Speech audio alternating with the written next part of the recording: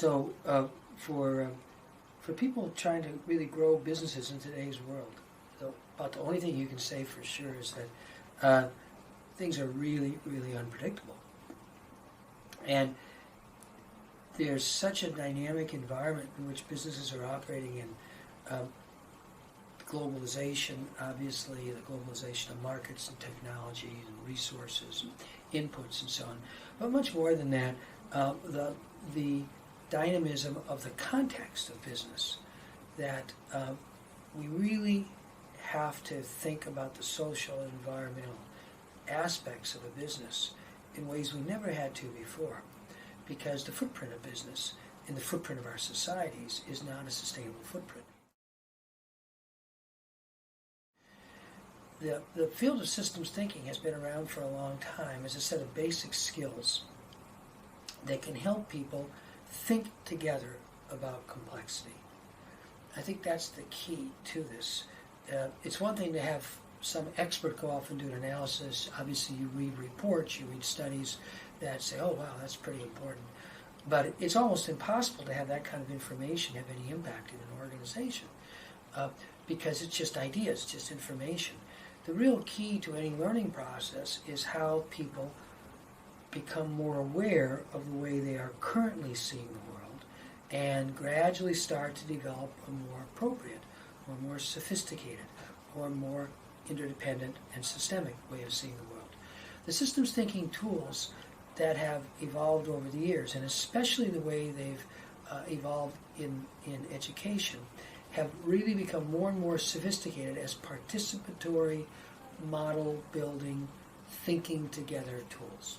And I think this kind of tool is virtually unknown in most organizations, most businesses, and it can have enormous impact. One, in terms of building a new skill set to think systemically, but two, and if anything, as important, people actually thinking together differently about a very complex, uncertain, evolving environment like all businesses work in. I've worked with Tracy Benson for 20 years, and I've found her to be just one of the most skillful teachers of these basic tools. In a way, probably there's no better training ground to become a great teacher than to work with teachers and to work with kids and to work with teachers who will work with the kids.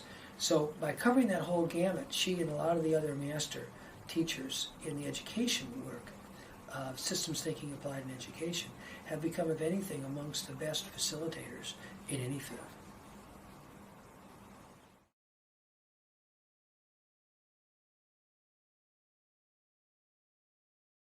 Well, systems thinking is kind of a new term in the sense that a lot of people didn't use this term 30, 40, 50 years ago. I actually think it's kind of shorthand for intelligence, because I think what it means to be intelligent is to kind of see a field of things going on so that you can see what you really need to do. There are other disciplines for developing that type of intelligence, many of which are hundreds or thousands of years old. If you think about it, human beings lived in the natural world for most of our history. We were much more embedded in the natural order. So learning how to think like nature operates was critical to us. That's why I think you find traditions all around the world. You can call them wisdom traditions, but particularly now I'm thinking of the various domain bodies of practice, of capacity building. Probably there's no more clear example of this than the Eastern martial arts, which are basically teaching ways to become aware using our physical system, our physical mind-body system, which it's funny, I say physical mind-body system, it's kind of an oxymoron, but you see, in the Chinese world, there's really only the mind-body system, and there's different degrees of physicality or materiality to it, and different degrees of subtlety to it. Using that system, which is to say us, as a vehicle for our developing a deeper understanding of how things interact, how they interdepend, how things change, how to pay attention, not in a focused, rigid, reductionistic view like this is the problem, this we have to do to fix it, but more expansively. What in in Aikido they often call soft eyes or soft hearing. So you're kind of using your senses to become aware of a systemic field.